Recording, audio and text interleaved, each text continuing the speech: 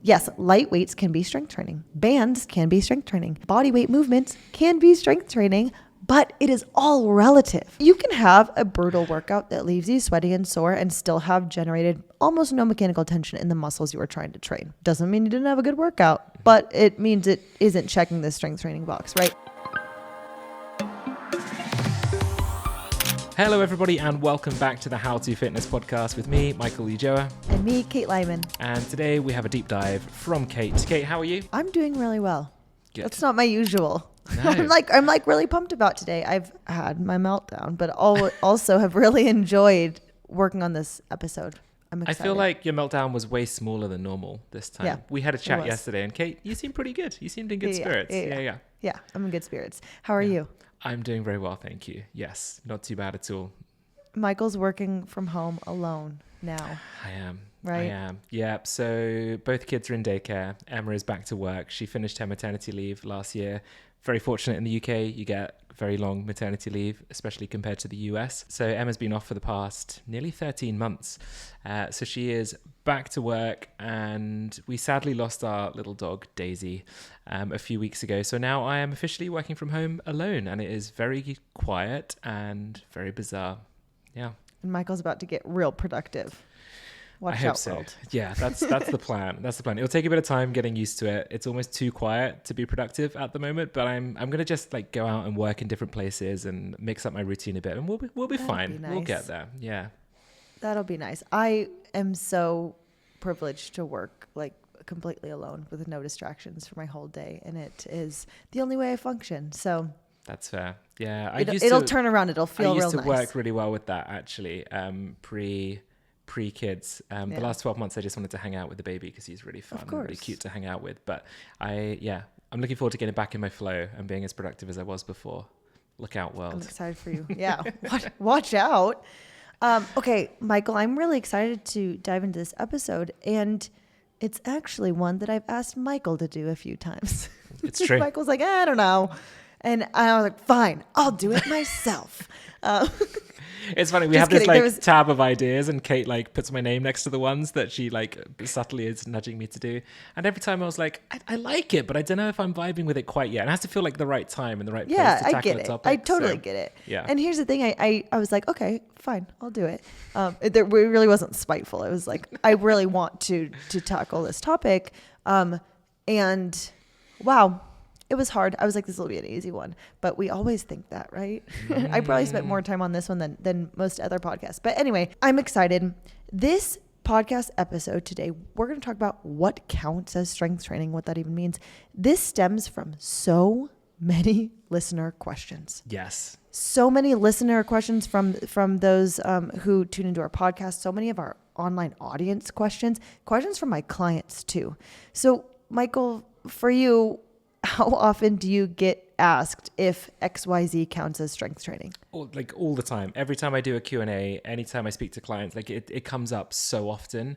And it's a really difficult one to answer because you don't want to like dissuade people from doing certain types of movement. So it is a really convoluted, nuanced topic as always. Mm-hmm. So I'm looking forward to seeing how you tackle this one today, Kate, because it's asked a lot. What do you get asked most? Like Pilates, yoga? Yeah, Pilates, yoga a lot. Swimming, I get asked a lot about like, does this count as strength training? Or like if I've only got light weights and I've been doing them for a while, does this count as strength training? So yeah, quite a few different ones actually. Walking vest or walking with a weighted vest. Yes. Yeah, big one. Mm-hmm. So we're going to talk about all of that today. And I think strength training is a more prevalent topic in the fitness space right now, which I think is a really great thing. Mm-hmm. But when we talk about something more and more, it also makes it more confusing. And I think that part of the reason this question is so popular is that we genuinely want to make strength training more accessible. Mm-hmm. We want it to feel less intimidating and more doable for more people. But I have an opinion that it can also feel like at times we're trying to make strength training apply to everything. Like anything that feels hard is checking your strength training box, or we're labeling certain modalities as strength training when they don't really meet the qualifications of strength training. So my goal for this episode is that by the end, you as a listener feel clear on what, quote, counts as strength training, and what that means. Like, counts for what? Counts for health, counts for longevity, counts for muscle gain. What are we even talking about? We're going to talk about all of that. I'm excited. I'm really excited to see where we go with this one, Kate. I'm going to interject here once again just to say to listeners, we do not have any sponsors. We do not take money for these podcast episodes. Everything we do is out of the love and care that we give to our listeners. So we would really appreciate it if you could leave us a review, share our podcast with anyone. If you're listening on Spotify, you can click the little star button. I believe there's maybe a rating. Is that what they call it? Who knows? Yeah, I think so. A rating. Thank you, Kate. If you're listening on Apple Podcasts, which I know most of our listeners listen on Apple Podcasts, if you can do a little rating and then leave us a little written review as well, you will be our best friend forever and ever and ever. And yeah, we'd appreciate it. Yes. Thank you so much. Thank you for saying that, Michael. Okay.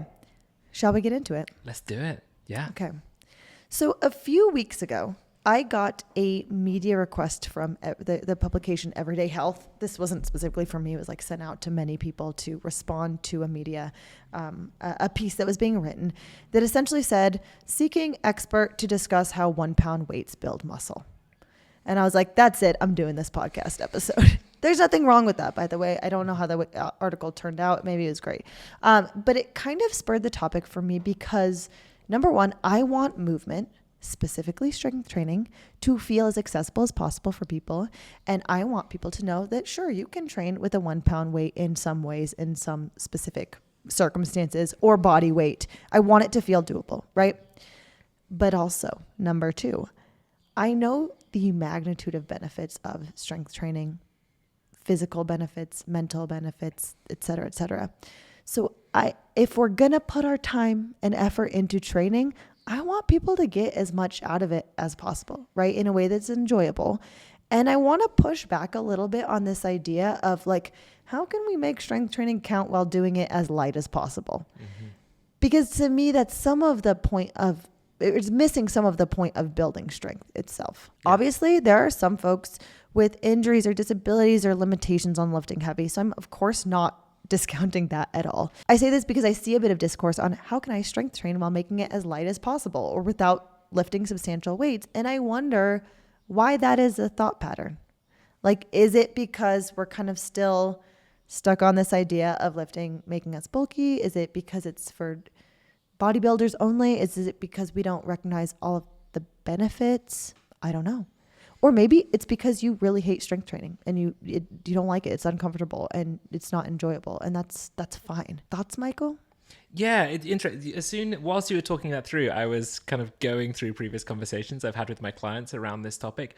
And when, like, a lot of my clients never step foot in a gym. I work with a lot of people who train from home and have no interest in ever stepping foot in a gym.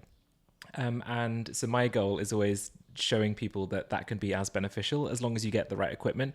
And when people are looking to buy equipment for home, they're always quite scared to go too heavy with the weights that they're buying. It's like, oh, this dumbbell goes up to 10. I don't think I'll need that. And it's all about trying to gently nudge people in the direction of like, okay, maybe at the moment that feels like a lot, and it is a good bit of weight.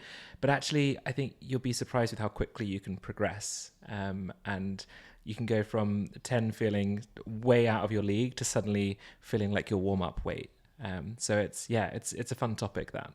Yeah. And like, to me, a trained individual, that's the cool part. But I also totally understand the hesitation there, right? Mm-hmm. So in this episode, we're going to do two things at the same time. We're going to define what counts as strength training. You will be shocked at how hard it is to do this. Which is weird. So we had this discussion It's so yesterday. hard to do Kate this. was like, there is nothing online about this. And I was thinking, maybe she's just not Googling hard enough. So I went and looked this up. There is nothing. Like, it's because it's so hard to define. There is no way to define this counts as strength training. I've done my best. We're going to see if I do a good job.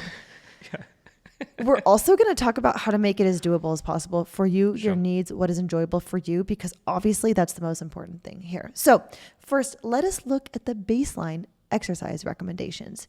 When we look at major health organizations, the American Heart Association, World Health Organization, CDC, NHS, they all say basically the same thing. The wording and the suggestions may vary slightly, but the core recommendations, I think I took this one from the American Heart Association, is for adults, is get at least 150 minutes per week of moderate intensity aerobic activity or 75 minutes per week of vigorous aerobic activity, or a combination of both. preferably spread throughout the week. Then add moderate to high intensity muscle strengthening activity on at least 2 days per week. Then spend less time sitting and increase amount and intensity of this training over time.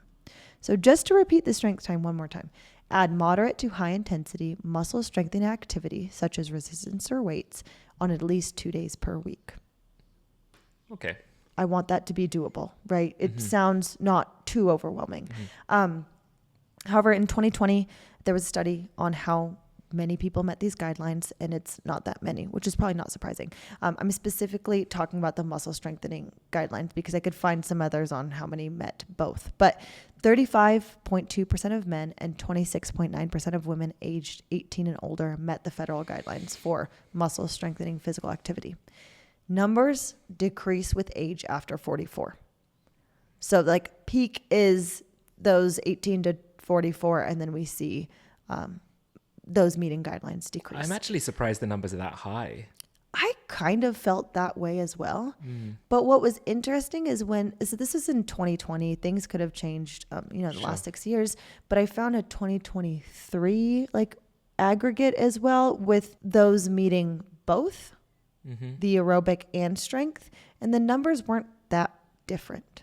Interesting. Okay. So it's maybe like a bit of all or nothing. Like most people are doing either meeting all the guidelines or not. I don't know.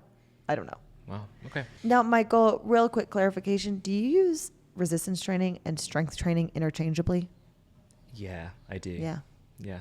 I do too. Okay. I see some variation in the literature. Like some papers are like resistance training is the act of muscles working against resistance, and strength training is a form of resistance training. But it's kind of the same, I think. How would they be different? I don't know. Maybe strength is the act of gaining strength. Like, okay. Like not like hypertrophy isn't strength. Okay. But they kind of like, to us normal folks, this is all the same. That's the thing. Like we can get so in the weeds with exercise physiology. It's wild. But in practice, the most recent ACSM position paper, which we're going to reference a lot today, uses them interchangeably for the purposes of this episode. I will too. And I'll probably say strength because my tongue gets caught up saying resistance all the time. Like it just is a long word. So Michael, when I called you yesterday to chat about this episode, I was feeling like all out of sorts, kind of out of my depth, because I studied exercise science and physiology long ago. Like that was my undergrad school. That means nothing now. It's been a long time. What year was that? And I was 2012 to 2015. Okay. Yeah, it's a little while ago. Just a long time ago. Like I remember it, most of that. And then I was a trainer for a long time in which I did keep up on kind of like the strength and conditioning space, but I haven't done that since 2020. And mostly this isn't an area I follow much anymore. It's kind of been years since I followed Bill Campbell, Greg Nuckols, Brad Schoenfeld, like all these guys who are at the forefront of this space. So it's been fun to get back to it, but also a little overwhelming because I'm not as up to date as you probably are. And that's why I was like, damn it, this should have been Michael's job.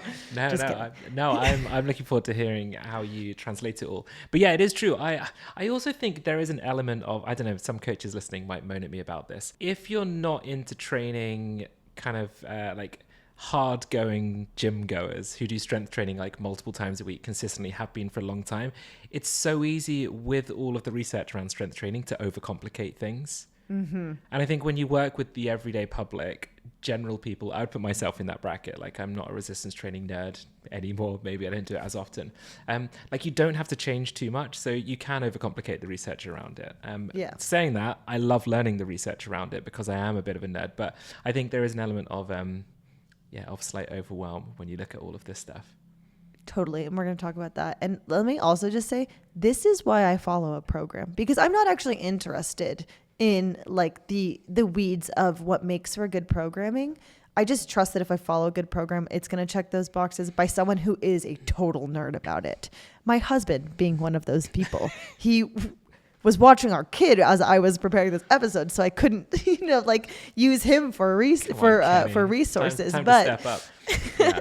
But anyway, it's been both fun and slightly overwhelming. But something I am really familiar with, and I could talk about all the time, is the benefits of strength training. And we're going to talk through a bit of those quickly before anything else. But I have to tell you a story, Michael. This is very vibrant in my brain. So I was either a freshman or sophomore in high school. That translates to like 14, 15 years old. The first time I entered a weight room. I had run, I had played sports, but I had never touched a weight, like been in the weight room. Mm-hmm. My mom always has worked out, but she's always gone to the gym early. Like I knew she worked out, but I don't know what that means. We had a weightlifting unit in PE, our physical education class. And it must have been my first year of school. So I was probably 14. And I don't remember a lot of this, but I remember very distinctly that we all went into the weight room. And who knows what the boys did, but the girls lined up at the bench press setup. And I'm sure someone told us, this is a bench press, do it. But we were set up with an empty bar, like no real coaching or instruction. And we were told to like max out how many reps we could do. An empty bar is heavy in a weights room. Yes. Yeah. Uh-huh. And the teacher was there like with a notepad, like taking note of, I'm How sure many it was teeth like, people lose. I'm sure it was like the start of the unit, you know, like baseline metrics, and then we're going to do it again at the end of the unit. Anyway, so as many reps as possible. And there was this little foam pad on the bar. I do not know if this is a universal experience, but we called it the tampon. It was like the squishy thing that you put on. Is it called that for everyone? Unfortunately, it is still used. Okay. Yeah. The squat pad. Like what? Squat pad tampon. Yeah.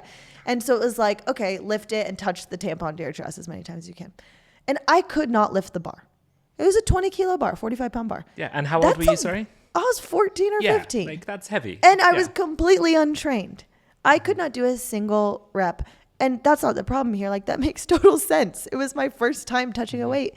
But what happened next is what sticks with me. Like those of us who couldn't lift, we weren't given a modification. There was not a regression. We were just kind of like shuffled out of the weight room. And we went back to the basketball courts, and I don't remember what we did.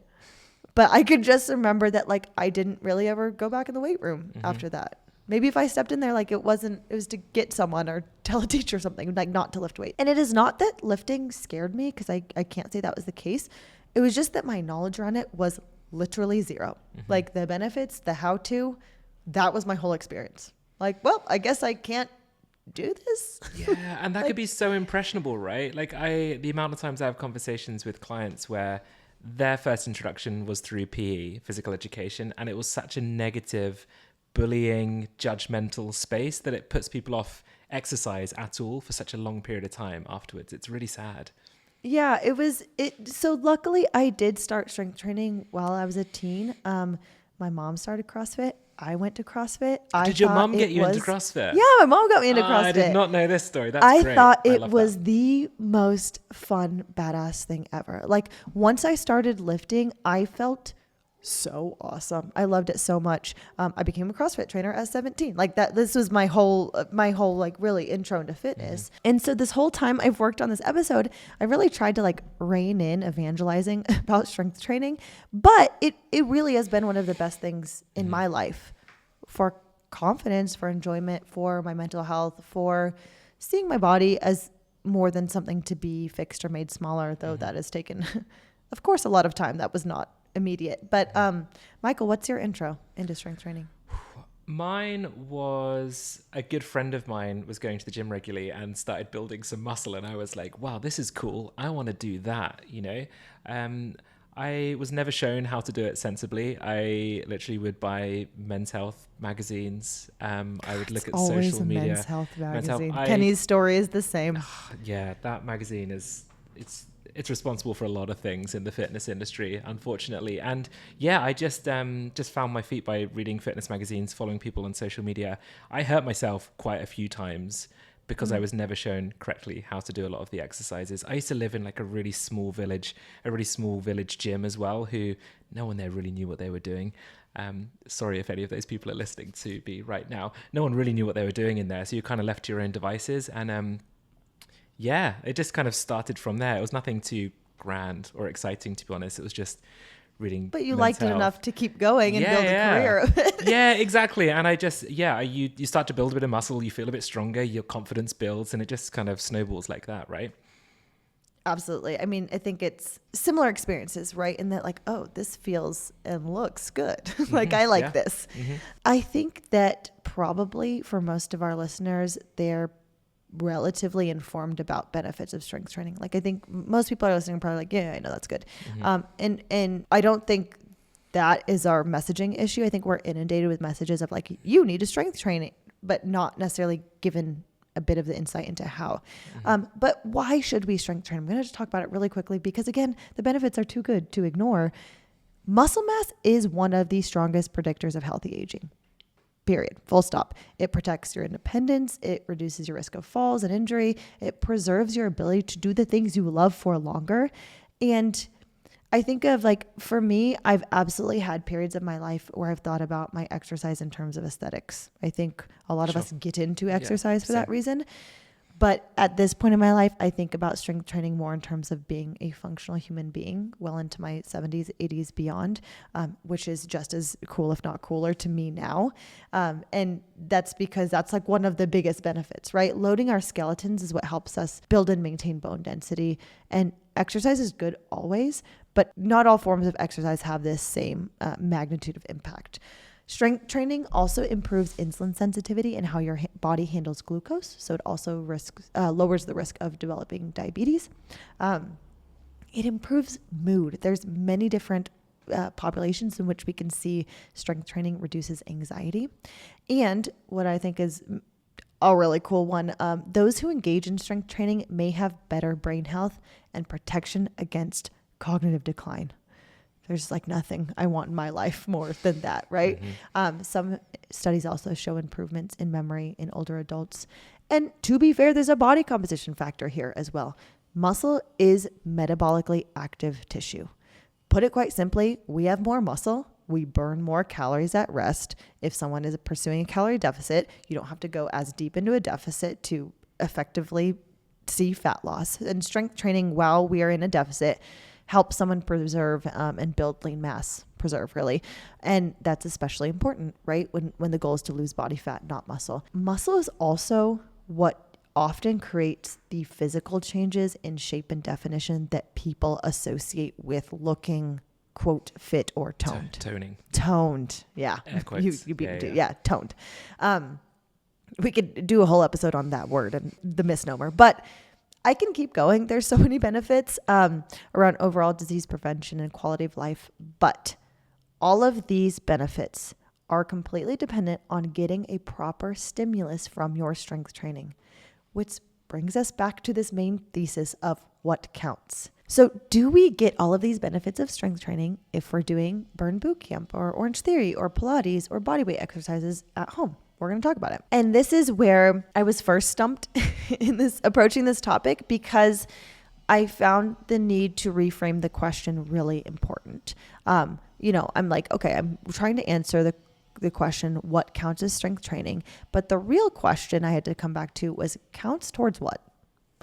Right now, discourse around strength training, especially for women, I think is probably the highest it's ever been. That feels safe to say. I don't have actual data on that. But I think that's a great thing. But it also means there's a lot of marketing, a lot of noise, a lot of things being called strength training because that label carries weight right now. No pun intended, but here we are. Does that feel right to you, Michael? Yeah, I think it does. I think also like GLP-1 usage has sparked like a huge rise in that as well, hasn't it? Just because everyone's talking about you are going to lose muscle mass or lean body mass when you are using GLP-1, so you need to strength train. And now because GLP-1s are so widespread, I think naturally that chat has increased. Yeah, totally. So counts as what? What do we want out of strength training? My take is that we want to build or preserve muscle mass. This is, muscle cell growth, hypertrophy, or at the very least, maintaining what we have, really relevant for the GLP-1 conversation. This is especially important as we age because muscle mass declines with age. So if we're not actively working to build or preserve muscle mass, we put ourselves in a precarious place. So we can get into the weeds on hypertrophy training, which is increasing size of muscle, versus strength training, which is increasing force. But let me tell you, for us normal people, that's basically the same thing. There's so much overlap. The Venn diagram is like mostly a circle. So we want to build or preserve muscle mass and over time get stronger. Does that feel safe? safe to say is like, that's what we want out of strength training. Yep. Here's the key thing. These outcomes require a specific physiological mechanism.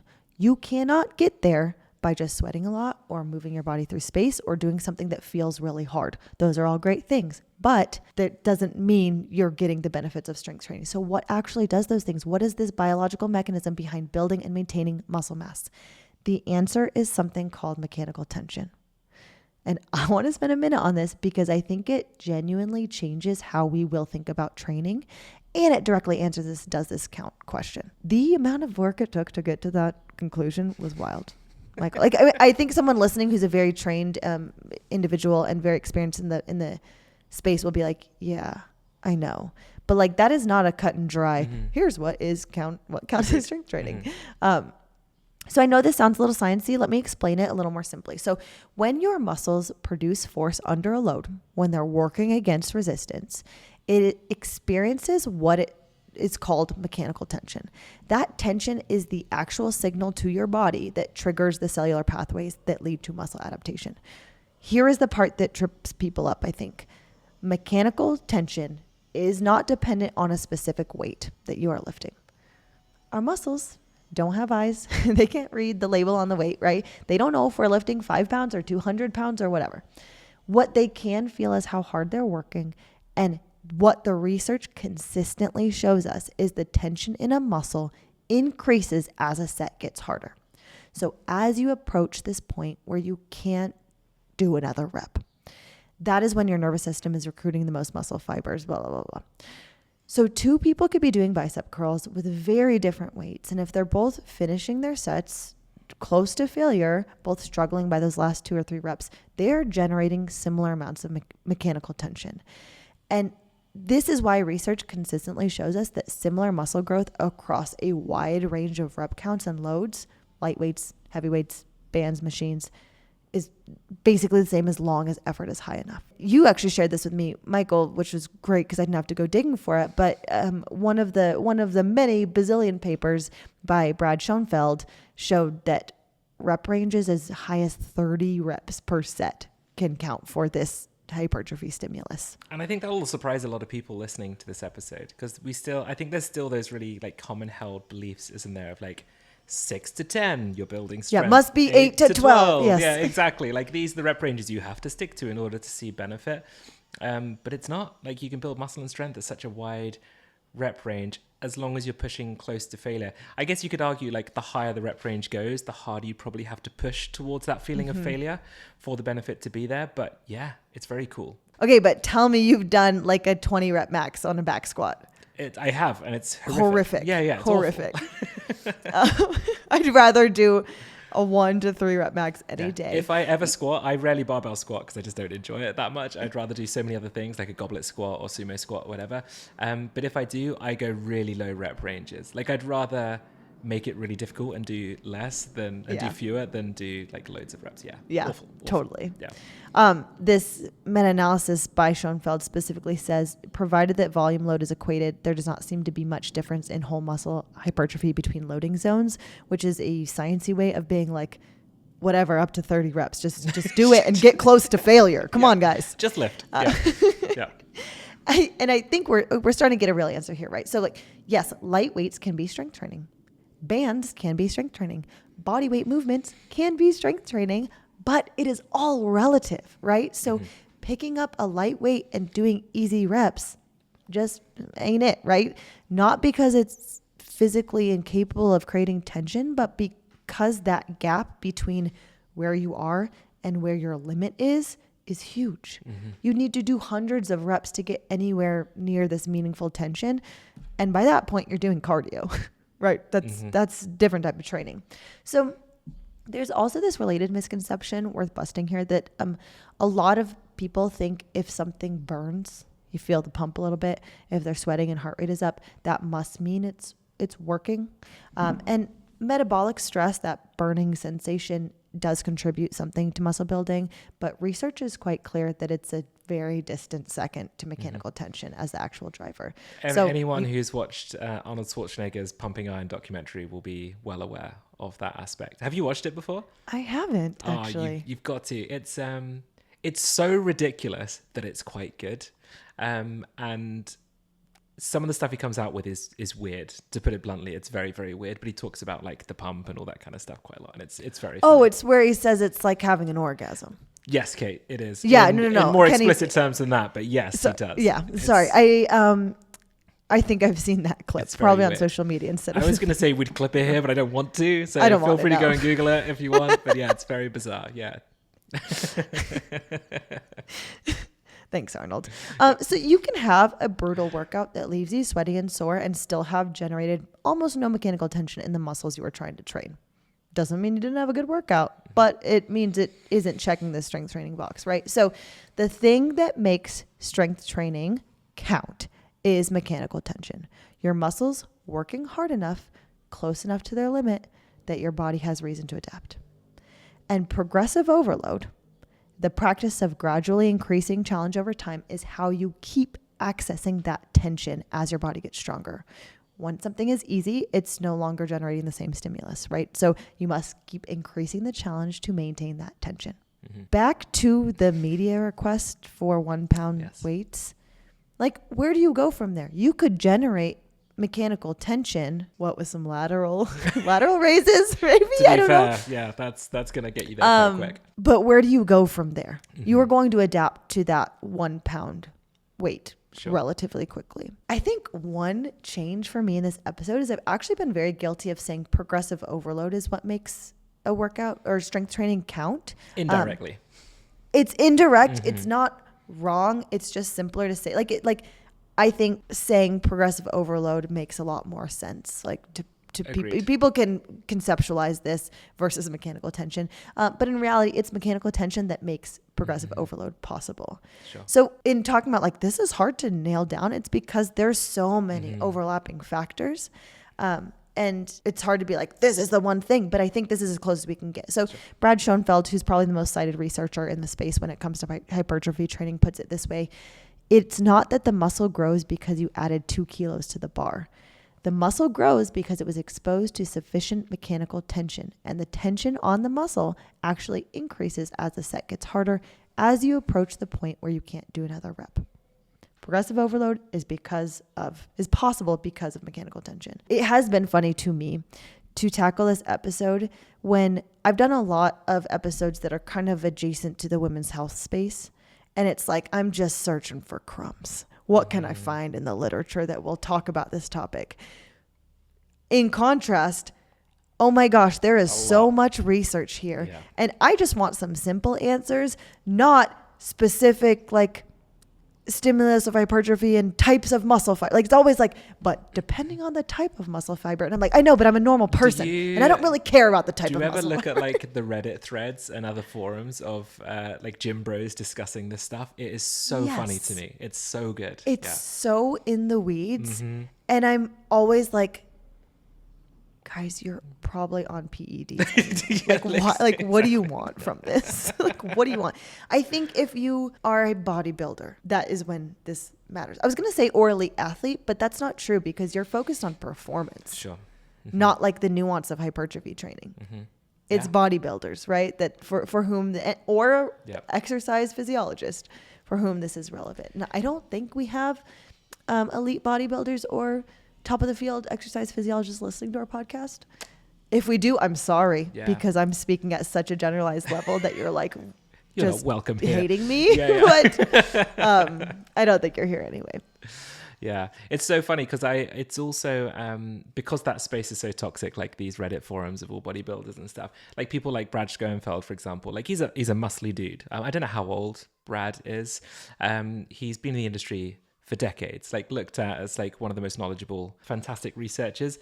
But then he'll start getting criticized by all these kind of younger guys clearly taking lots of steroids who are huge, saying that he's not big enough to know what he's talking about. So it just becomes this really bizarre, wild space where people are discussing the little 1% differences, whilst the rest of the world is we just want to improve our health a little bit. Please help us here, with something. I think that was one of the parts that was so hard. It's that's not where I'm trying to go. I'm trying to just get some general information here and it's hard. What helped me a lot is what I want to talk about next. I want to bring in what is genuinely the most comprehensive, up-to-date piece of institutional research on this topic because it backs up a lot of what we just covered. And it also changes some things that have been long considered gospel in the fitness world, which is exciting. So it's June. It's June. The 9th of June. We're in June. In March 2026, the American College of Sports Medicine, the ACSM, a very large and well-respected sports medicine organization, published a new position stand on resistance training. It's a big deal. It synthesized 137 systematic reviews covering more than 30,000 participants, and it updated their previous guidelines, which hadn't been significantly revised since 2009. So it's been, 17 years? Which, side note, I listened to a podcast with Stuart Phillips, the senior author on the paper, and he said the study contained 46% women. I didn't find that in the paper itself, and I didn't have time to go look really hard because I was doing all this other stuff. But if so, that's incredible. That's really cool. Yeah. Incredible. Stu and Phillips to me also, means, his work is fantastic. I recommend anyone listening to this episode go check out Stu Phillips' work. It is glorious. And if that's the case, that's so beyond what we usually get in terms of parity in research. Any research, yeah. So first, a little context on what the 2009 guidelines said, because the update makes a lot more sense when we know where it's coming from. The old recommendations were very prescriptive. They said use free weights and machines, 2 to 3 sessions per week, 8 to 10 exercises per session, 1 to 4 sets per exercise, 8 to 20 reps per set, 2 to 3 minutes rest between sets, and load between 40 to 70% of your 1 rep max. Follow the principles of progressive overload, specificity, and variation. 40 to 70% is quite varied. Yeah, and low. Yeah. Anyway, on the surface, that might sound reasonable, but some researchers estimated that meeting all of those criteria simultaneously could require 20 plus hours of training per week. Ain't nobody got time which for is that. ridiculous. Yeah. Obviously not realistic for most people. So I don't think that's realistic for pro athletes because they're playing their sport. I mean, unless that you're much taking gym time. steroids, you are not recovering for all those workouts effectively. No. The ACSM in this more recent paper looked at a decade and a half of new research and said, okay, let's rethink this. And the 2026 paper says instead, many forms of resistance training work, and the most important variable is simply that you do it. Yes. Mic drop. Yeah. The paper's primary recommendation is that healthy adults perform resistance training with high effort, covering all major muscle groups at least twice per week. Boom. That's it. That's what it says.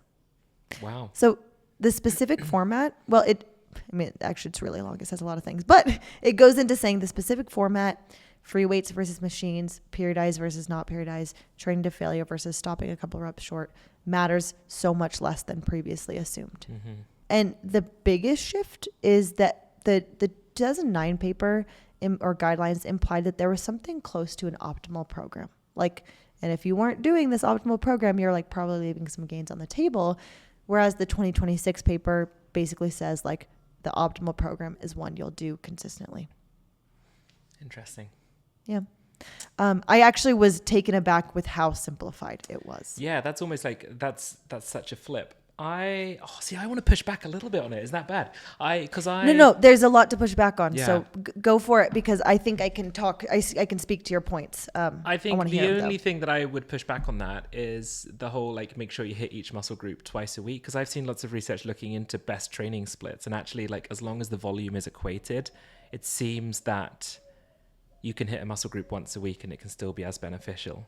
Yeah, maybe. I mean, so here's where I want to, because I had a lot of pushback at first. I'm well, maybe you're saying that this is just true for novice lifters or beginner lifters, and none of this is relevant beyond for a trained person. But the overall recommendations are a meta-analysis of everything that's out there. And so most of the research it's looking at is untrained individuals starting training. Sure. And so I think that's why the simplicity is there, because if you're untrained going to trained, it's true that nothing matters. Yeah, just lift 2 times a week and you're going to reap the benefits, right? Yeah, absolutely. But there's a really interesting part in there that says periodization doesn't matter. Yeah. I'm really? But I think it's only if we're looking through this lens of like what an untrained versus like what someone would gain from not training at all to training. It's very interesting. It's almost like the flip of a lot of nutrition research where it's only done on elite athletes. There's like this weird paradox where like, okay, if you're an elite athlete, you're trying to like use this research to you when you've got a full-time job and you're exercising infrequently. So it almost feels like it's completely flipped with a lot of the strength training research there. Kind of like had me bouncing around my brain is like, these are such intense ends of the spectrum. We either have this like ACSM guidelines, which are just like consistency over perfection, which is great. Like that's a great message. Or we have like, well, it depends on the type of muscle fibers and the origin insertion of the muscle. And I'm like, oh my gosh, like what about us normal people? I mean, what is normal? But you know what I mean. So in the ACSM paper, they explicitly write that individualizing programs to increase resistance training participation is more important than conforming to specific criteria. I love that. And they do call out this minimal dose resistance training as an area of promise, saying like even that minimal dose of resistance training can produce substantial strength, hypertrophy, and functional gains. And it specifically says you can train with bands, body weight, circuits, etc. In the show notes, I will link the paper, but also this nice little press release on the paper that's way easier to read and shorter. And it has an infographic in it. And it's like, here's the 5 takeaways. Something is better than nothing. That's basically what it says. So what counts as strength training is marrying these two topics we've discussed here, kind of these opposite ends of the spectrum.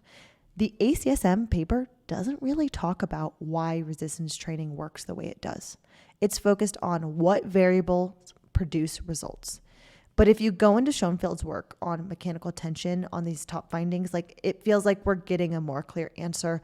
Why does effort matter more than load? Because mechanical tension. Why does training to failure versus stopping 2 to 3 reps short produce the same results? Because in both cases, you're working close enough to your limit that mechanical tension is high. The reason free weights and machines produce equivalent results, because if the muscle is being challenged through a range of motion with sufficient load, the equipment is irrelevant to the stimulus, right? Okay, so we just said this, but like something important about this research is that it's mostly geared towards novice lifters, not advanced trainees. So please don't take what I'm saying as like none of this matters whatsoever. The ACSM paper is kind of telling us 2 different things. 1, any resistance training beats none. And 2, most resistance training programs work if you're consistent and progressing, which I think we can take that away, right? Yep. So how do we translate this into, the practical takeaways? If mechanical tension is the mechanism, what does that look like in practice? What does a workout need to have for it to count? This is what I'm laying out as my Kate Lyman criteria. Nice. For 2026. something to create a strength stimulus. 1, resistance training that is meaningful relative to your capacity. So this doesn't mean heavy in absolute terms. It means that resistance you're using is like challenging for you. Your muscles have to work to complete the movement. A resistance band that feels hard for a beginner, that counts. 10-pound dumbbell being used for like really easy shoulder press, like no, that does not. So the question you could ask there is this hard for me, right? 2, the effort is close to your limit. Research suggests that most of your sets should finish within about 2 to 3 reps of failure, meaning you could stop when you do maybe 2 or 3 more, but it's genuinely challenging. You don't have to train to absolute failure. In fact, for most people, your injury risk increases when you do that without a ton of added benefit. So you do need to be in the rep range where the set is actually hard. This is from another Schoenfeld paper. There's conflicting evidence as to how much effort is required for maximal growth. Certainly you need to train with a very high level of effort at least some of the time to sufficiently challenge the neuromuscular system for positive adaptation. That said, research generally indicates that you don't need to train to all-out failure to achieve maximal benefit. Same thing from the mouth of the guy who does it all. 3, major muscle groups. Guidelines say at least 2 sessions a week of muscle strengthening activity. More is fine. Michael says fewer is okay I as just well. think there's so much nuance around all the research with all of this, once again, isn't it? It's really frustrating. There's always like an element of, sorry, Kate, I don't want to distract from your kind of summary Please here. go. Like what feels good in the way that you strength train as well. Like, especially when you've been strength training for so long, you kind of know what sits well with you and the type of split that you enjoy and feels good and allows you to push harder and feel more consistent. And for me, that's always been hitting muscle groups once a week. Maybe when I was fresher, had better sleep, my nutrition was on point, I would tend to maybe do like a push pull legs, upper body, lower body, whatever. I could fit more workouts in, but with this season of life that I'm in, I always find hitting muscle groups once a week feels better.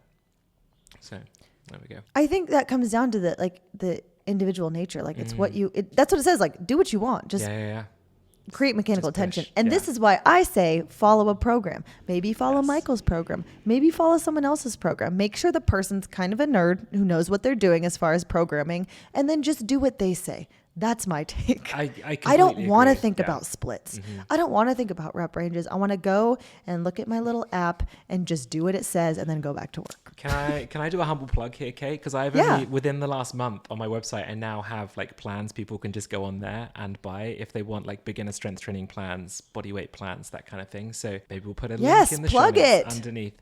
Why do I feel bad plugging my own stuff on that sounded bad. Our podcast, Kate.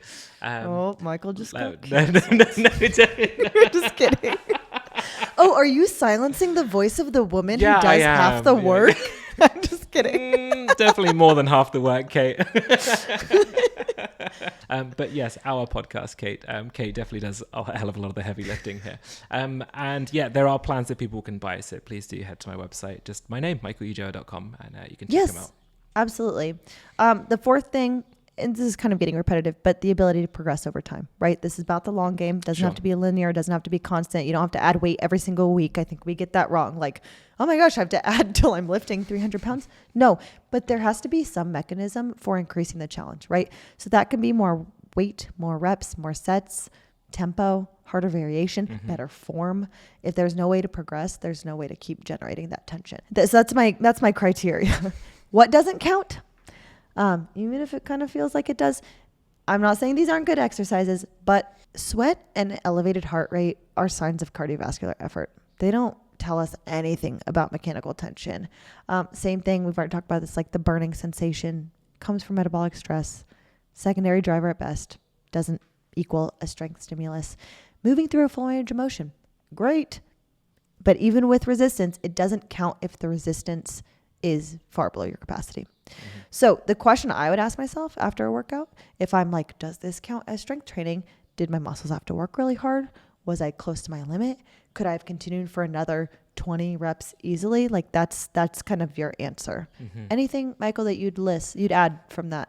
No, that's really solid. The way that I word it with my clients is I say like the last 2 to 3 reps should be a little bit of a struggle, maybe like pulling a bit of a funny face or having to strain to do it. And if not, it's usually a sign that either the weight or the repetitions can go up a little bit. And it's a very vague recommendation, but usually that is enough just to give people that friendly push to, okay, let's actually really go for it now and try hard. This feels weird to add here, but I think I'll touch on it later. But like one of the things to me that is the biggest benefit of strength training is that it helps us learn about our bodies more. Like I think we become so much more in tune with our bodies. So whereas it could feel very abstract and confusing to hear this now, if you were to start lifting, there's obviously a learning curve, but pretty soon you'll understand what this means and like what your capacity is and what your effort levels are. And that's a really cool, like I find it so cool to know our body so intimately. And yeah, that's a plug for just trying it, right? It's such a huge point. That is such a huge point. I've had a client of mine recently I've been working with, she's in her 70s, never strength trained ever before. 3 months in, she was like, oh, I lifted something off the shelf that was really difficult before and now it feels really easy. I'm like, this is Amazing. it. Like this is exactly what it's all about. It is, I think that like the longer you're in the industry, the more you realize how like much smoke and mirrors and how much nonsense is around. You start to really appreciate actually what strength training does for you rather than the way it makes you look. Like I, the other day, was holding one of my sons and I had to pick up the other one. I lunged down, picked him up, and we went for a walk, and I carried them for like 10, 15 minutes. Like if I didn't strength train, I wouldn't have been able to do that. And that's the thing that really matters to me. It's huge. It's really impressive. Good dad strength. Thanks. So I want to speak to some of these specific questions that listeners have asked. What counts, right? Before, I got to name something that I think makes this conversation harder than it needs to be, which is that fitness spaces are really weirdly tribal, right? Like people find a modality they love, be it CrossFit, Pilates, powerlifting, high rocks, Kate's running, mum yoga. Indoctrinated her into CrossFit from a very young age. And it basically becomes their One of the identity, best. spoken as someone who's a CrossFitter for 10 years, right? And then when someone says like, oh, that doesn't count as strength training, it feels like a personal attack, but it's not. Like you're not wasting your time by doing this modality that you love. That's not what I'm saying at all. What I'm saying is we know the benefits of strength training, mental and physical health, beyond. And we know global guidelines recommend that we strength train 2 times a week, which is echoed in that recent ACSM paper. So I'm looking through that lens. Pilates girlies and lifters and runners aren't enemies. Honestly, we're all just really privileged people who have time and resources and capacity to exercise for fun, which is so freaking cool. So with that said, does Pilates count as strength training? You know, Pilates is great. Core stability, body awareness, isometric control. Can you tell my what compliment sandwich is coming? Flexibility, great benefits. I'm not here to saying trash nothing. it. Let me say I've done one Pilates class in my life ever. And you know this, Michael, probably my followers know. I am a huge Dave Matthews Band fan. Like follow, That doesn't travel. cover it. Like that, huge isn't the right word. Like we No, need a it bigger is word. because there are people who are so much bigger fans than me. But Oh, really? Okay. yes, we'll travel for a Dave Matthews concert. And the first time and only time I went to Pilates, there was like soft Dave Matthews like crash into me playing. And I was like, this is wrong. Like I should not be listening to Dave Matthews while I work out. I'm out of here. But anyway, wasn't for me. Does it count as strength training? For most people, most of the time, no. And here's why.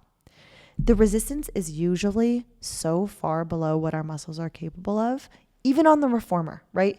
And there's just a limited ability to progress the big muscle groups over time.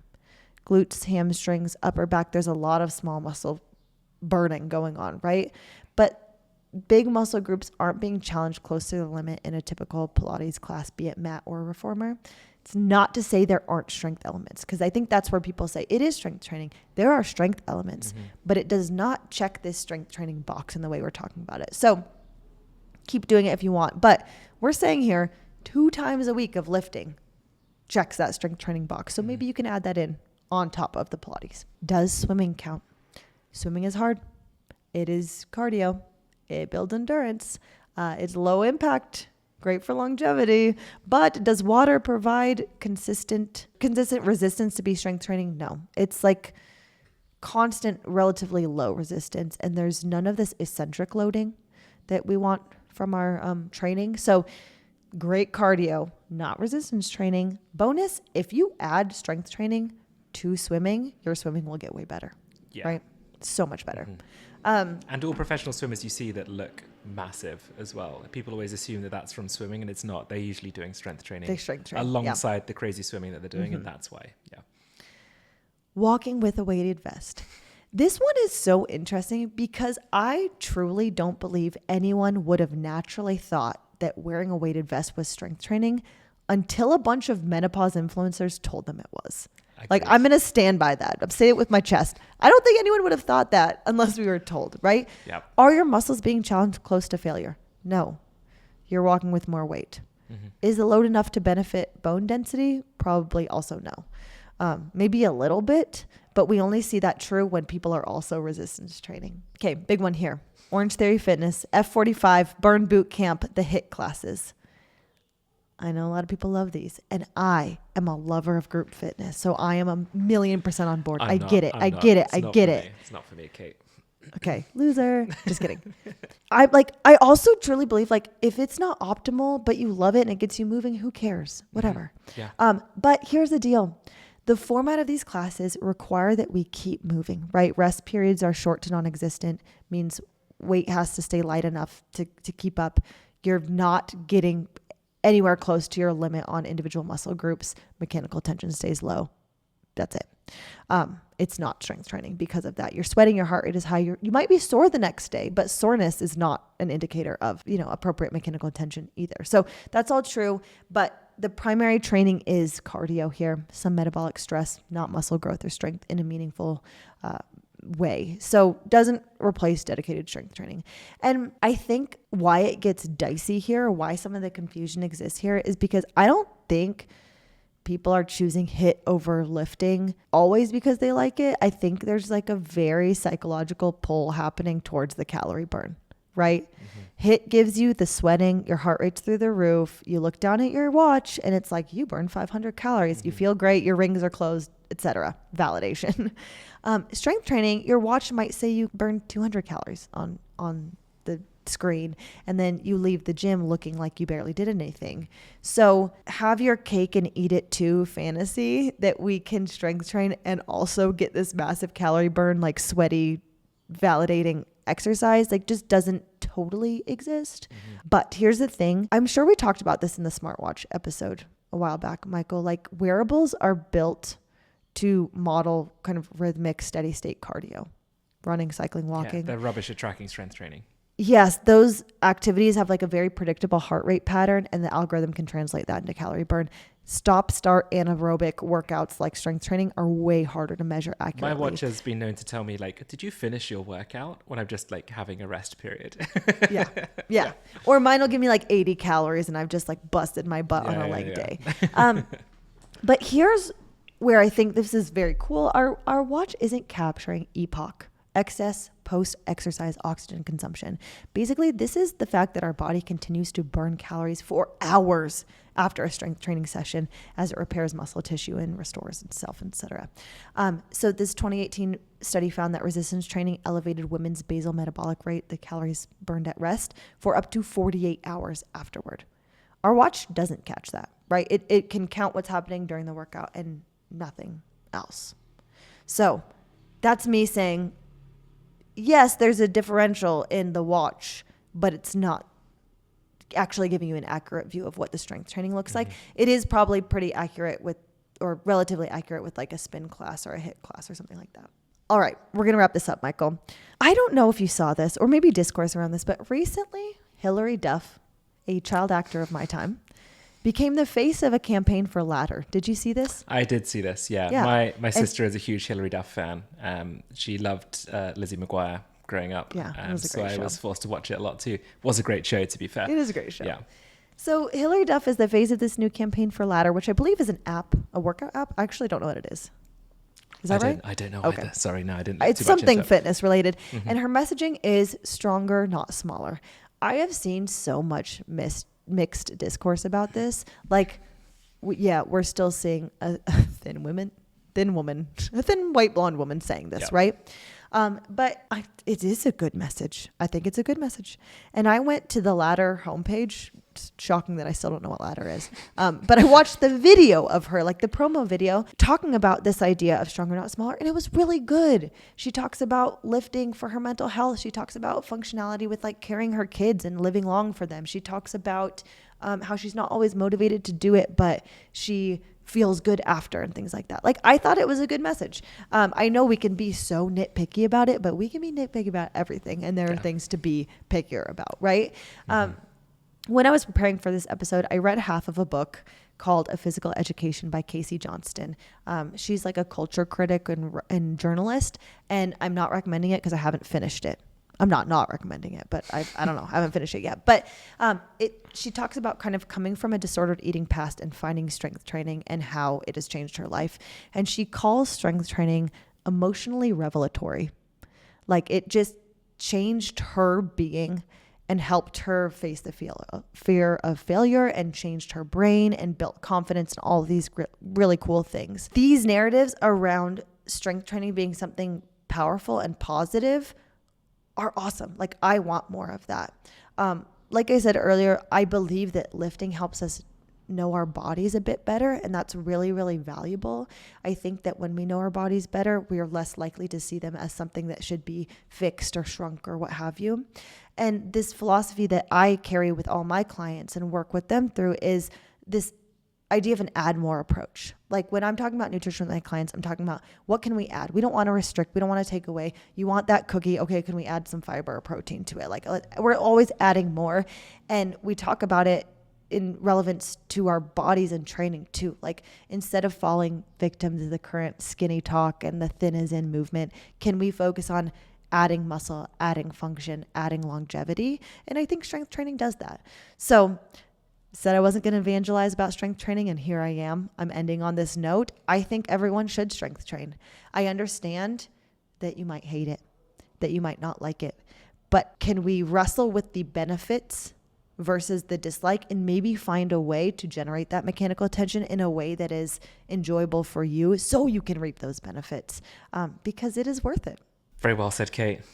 Crushed it. I completely agree. There's messaging by like my good friend Elizabeth, who runs her account called This Woman Lifts. Gosh, and she's amazing. Elizabeth is awesome. Shout out to Elizabeth. I hope she's listening. And she has her training for my old lady body quote that she uses a lot that went quite viral on Instagram. And I just love it so much. And that's what I think we need more of a focus on within the fitness industry.